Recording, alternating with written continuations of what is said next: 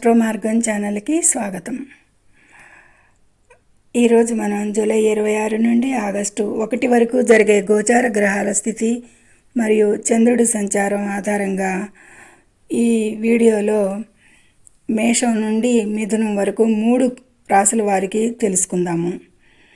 అయితే ఈ వారంలో చంద్రుడు వృశ్చిక రాశి నుండి కుంభరాశిలో శతభిష నక్షత్రం 1వ పాదం వరకు సంచరిస్తున్నాడు. అయితే ఖగోళంలో ఇతర గ్రహాలు ఏ స్థానాలలో స్థితి పొంది ఉన్నాయో ఒకసారి గమనిద్దాం. వృషభంలో కుజుడు సంచరిస్తున్నాడు.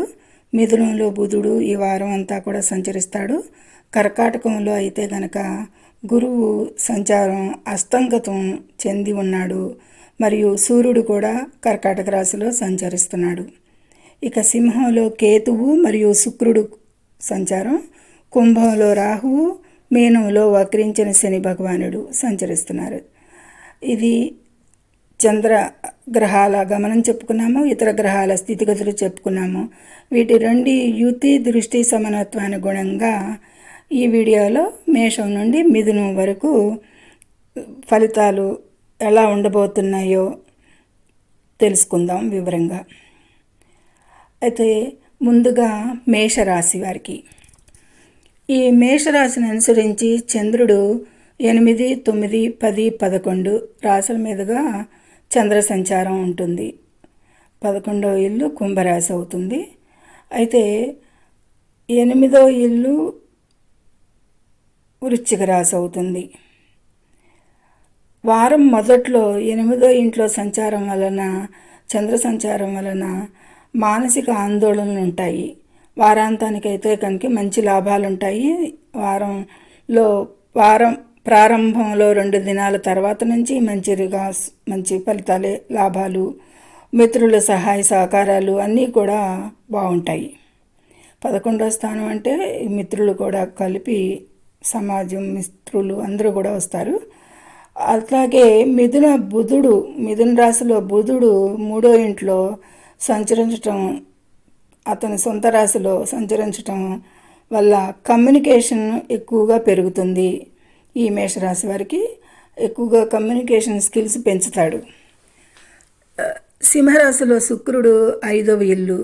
శుక్రుడు 5వ ఇంట్లో కళలకు, క్రియేటివిటీకి, సినిమా రంగం వారికి,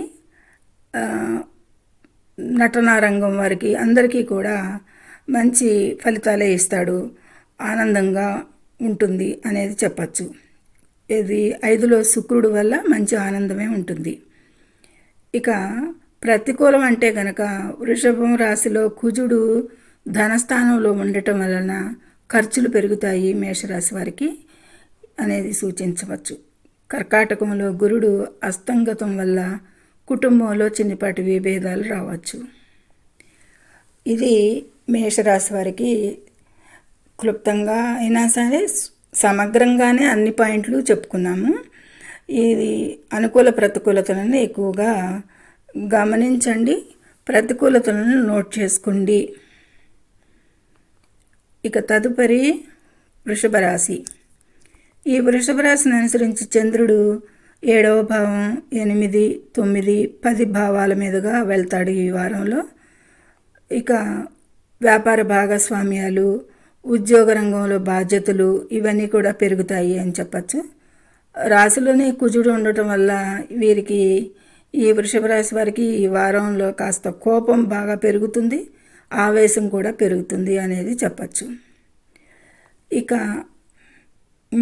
ద్వితీయ బుధుడు ఆర్థికంగా కలిసి వచ్చేలా చేస్తాడు. ఎక్కువగా 2లో బుధుడు బాగా యోగిస్తాడు బాగానే. 4వ ఇంట్లో శుక్రుడు వాహన గృహ సౌఖ్యాలు ఇస్తాడు. 4వ ఇంట్లోకి శుక్రుడు దిగ్బలం కాబట్టి బాగానే ఈ 2 అనుకూలతలు చాలా బాగున్నాయి. ఎక్కువగా వాహన గృహ సౌఖ్యాలు ఇవన్నీ కూడా ఈ వారంలో వీరికి చాలా అనుకూలంగా ఉన్నాయి. తలపెట్టిన వారు వీటి మీద దృష్టి పెట్టచ్చు. ఇక ప్రతికూల గ్రహాలు అంటే గనక మీనంలో వక్రించిన శని లాభస్థానంలో ఉన్నా కానీ లాభం లేకుండా ఉండింది. వక్రించడం వల్ల పనులు ఆలస్యంగా అవుతాయి ఈ వారం అంతా కూడా. సింహకేతువుల వల్ల మానసిక ప్రశాంతత తగ్గుతుంది, అది దెబ్బతింటుంది. ఇది ప్రతికూలతలు. పై వరకు కూడా మూడొంతులు బాగానే ఉంది, ప్రతికూలతలు మాత్రం దృష్టి పెట్టండి. ఇక చివరిగా మిథున రాశి. మిథున రాశిని అనుసరించి చంద్రుడు 6, 7, 8, 9 భావాలలో సంచరిస్తాడు. ఇక శత్రువులపై విజయం, 6 అంటే ఆరోగ్య రక్షణ, ఇవన్నీ కూడా ఈ వారంలో వీరికి బాగుంటుంది. వారాంతంలో తండ్రి తరపు నుండి లేదా భాగ్యస్థానం నుండి శుభవార్తలు అయితే వినే అవకాశాలు ఉంటాయి. ఇక రాశిలోనే ఉన్న బుధుడు మీకు బుద్ధి బలాన్ని బాగా ఇస్తాడు. ఈ వారంలో 3వ ఇంట్లో శుక్రుడు ధైర్యాన్ని ఇస్తున్నాడు మిథున రాశి వారికి. ఈ విధంగా మంచి అనుకూలతలే ఉన్నాయి ఇప్పటి వరకు.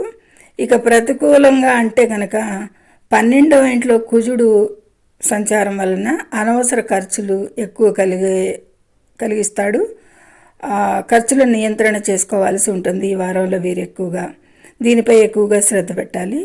అలాగే నిద్రలేమిని కలిగిస్తాడు.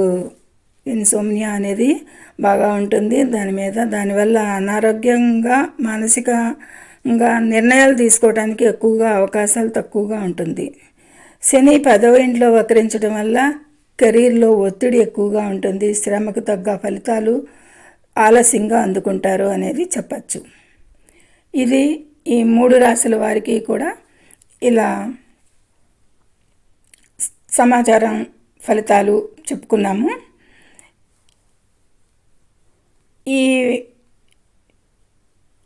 ఈ విధంగా యాక్సిడెంట్ ఫలితాలు ఏమైనా ఉన్నాయా, యాక్సిడెంట్ హెచ్చరికలు ఏమైనా ఉన్నాయా, ప్రమాద సూచనలు అనేది చూస్తున్నాను. తులారాశి వారికి చెప్పుకున్నాము. మిథున రాశి వారికి అయితే కనుక ఈ వారంలో కుజుడు 8, 12 స్థానాలలో ఉండటం సంచరిస్తాడు కాబట్టి వాహనాలు నడిపేటప్పుడు అయితే కనుక ముఖ్యంగా రాత్రి వేళల ప్రమాద సూచనలు ఎక్కువ కనిపిస్తున్నాయి. వేగాన్ని తగ్గించండి అనేది సూచించడం జరుగుతుంది. ఇది వృషభ రాశి వారికి కూడా ప్రమాద హెచ్చరిక. అంటే ఈ రాశిలోనే కుజుడు ఉండి శని మీనం నుండి వక్రించి 3వ దృష్టితో చూడటం వల్ల ఎక్కువగా ఈ శని కుజుల ప్రభావాలకి పదునైన ఆయుధాలు లేదా అగ్నితో పనిచేసేటప్పుడు గాయాలయ్యే అవకాశాలు ఎక్కువగా ఉంటాయి కాబట్టి కల్పిస్తాయి. కాబట్టి ఈ విషయాలపై ఎక్కువగా జాగ్రత్తగా లేకుండా ఉండండి. ఇక ఈ వారంలో గ్రహదోషాలు తొలగి శుభ ఫలితాలు కలగడానికి యూజువల్గా మనం ఎప్పుడూ చెప్పుకునే పరిహారాలే అని చిన్నగా తలవద్దు. శని వక్రగమనం వలన ఏలినాటి శని దోషం కోసం కూడా ఉన్నవారికి శనివారం రోజు శనిదేవునికి లేదా రుద్రాభిషేకం చేయించడం, శివాలయంలో నువ్వుల నూనెతో దీపం వెలిగించడం చాలా శ్రేయస్కరం. ఈ 3 రాశుల వారికి కూడా ఏలినాటి శని అంటే లేదు. అంటే మేషరాశి వారికి ప్రారంభ దశ జరుగుతోంది ఏలినాటి శని.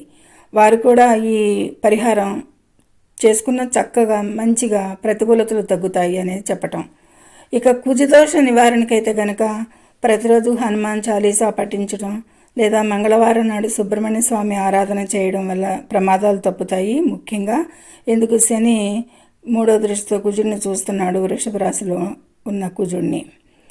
కాబట్టి ఈ పరిహారం కూడా తప్పనిసరిగా చేసుకునేడల మంచి ఫలితాలు, కొంచెం మెరుగైన ఫలితాలు అందుకోవచ్చు అనేది సూచన. ఇక రాహుచంద్రుల యుతి గ్రహణ దోషం ఉంది. వారం చివరిలో ఆగస్టు 1వ తేదీన కుంభరాశిలో చంద్రుడు సంచరించటం మూలంగా శతభిషం మీద దుర్గాదేవి స్తోత్రం చదవడం లేదా పేదలకు అన్నదానం చేయడం మంచిది.